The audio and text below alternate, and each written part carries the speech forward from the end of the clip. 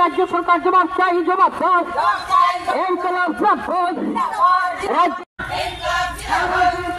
সমিতি সুপার জেলা জেলা কমিটি জিন্দাবাদ।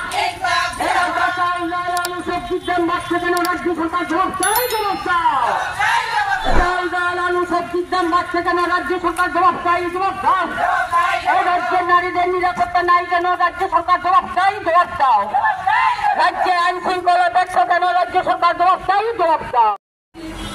কেননা কংগ্রেস আমরা বিগত কয়েক বছর আমাদের রাজ্যের পাশাপাশি আমরা এই বিশ্রামগঞ্জের মধ্যেও একটা সন্ত্রাস কবলিত পরিস্থিতির মধ্যে আমরা বিরাজ করেছিলাম। আমরা আমাদের এই পার্টি অফিসের মধ্যে আমরা সেখানে আসতে পারিনি।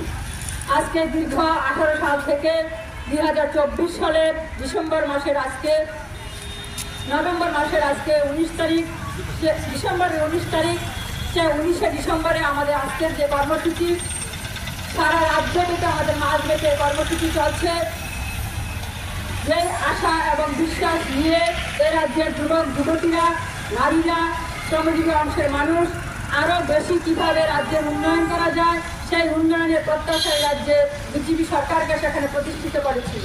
কিন্তু আমাদের পেছনের ইতিহাস সেখানে যদি আমরা মনে না করি তাহলে আগামী দিনে আমাদের কি করণীয়, আমাদের লক্ষ্যটা কি, আমরা কিভাবে সেখানে আমাদের জীবন জীবিকাকে সুন্দরভাবে পরিচালিত করতে পারবো সেটা আমরা সেখানে পরিকল্পনা করতে পারবো না।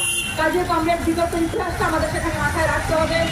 এই রাজ্যের মধ্যে বামফ্রন্ট সরকার ত্রিপুরা রাজ্যকে সারা ভারতবর্ষের মধ্যে যেখানে একটা ছোট্ট একটা রাজ্য, যেখানে একটা প্রান্তিক রাজ্য, যেখানে সারা রাজ্যের মানুষ সেখানে ত্রিপুরা একটা রাজ্য হিসেবে মানুষ চিনতেন না, সেই ত্রিপুরা রাজ্যকে একটা মডেল রাজ্যে সেখানে পরিণত করেছিলেন এবং সারা দেশের মধ্যে প্রায় 31টা 32টা সেখানে বিভিন্ন সভা ও সভা আনসানের মতো যে নদী চীন ত্রিপুরা রাজ্য দিনের পর দিন সূর্য মানুষগুলি দামবারি সংখ্যা অলকাশাচিনে ও দাবুও দङ। তাই মানুষের সময় তুমি সবজি উঠুন, পেঁয়াজ উঠুন, মাইরং উঠুন, जों साधारण गुरुं नांगमानि जे मानै जे जों साधारण गुरुं थांनानि मानै जे देश निदान अबरा पारियो दङ। কিন্তু সরকার অবনি কান্তর নির্মাণ বাজে কোনো ব্যবস্থা না হলে আবনো পরিমাণ বাজে ব্যবস্থা খানানি বাজে চিন সরকার খানে দাবি জানাবো। ৩৩ দিন কাজ পাচ্ছে প্রকৃতপক্ষে যারা কাজ চায়, আর যাদের কাজের দরকার নাই সই করে সকাল বিকাল 100 দিনের কাজ নিয়ে দিচ্ছে। তারা কেউ মন্ডলের, কেউ বুথের, কেউ দলের মোর্চা, এই মোর্চা সেই মোর্চা খেলায় নিয়ে নিচ্ছে কাজ ছাড়া 100 দিনের কাজ।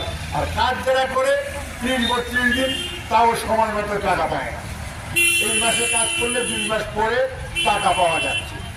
তাহলে গভীর ষড়যন্ত্র কেন্দ্রীয় সরকার করছে যে এই জায়গায় কর্মসূচি তারা তুলে দিতে চায়। কিন্তু যেহেতু এটা আইন, এই আইন পাল্টাতে খবর আছে, তাই তারা দেখলো যে হাতে মেরে লাভ নাই, হাতে মারো, এই টাকা কমিয়ে দিচ্ছে। এবং এখন বলছে যে বিপিএস পদ্ধতিতে মজুরি দেওয়া হবে, কাজ করবেন নলছড়ে, টাকা দেবে দিল্লি থেকে।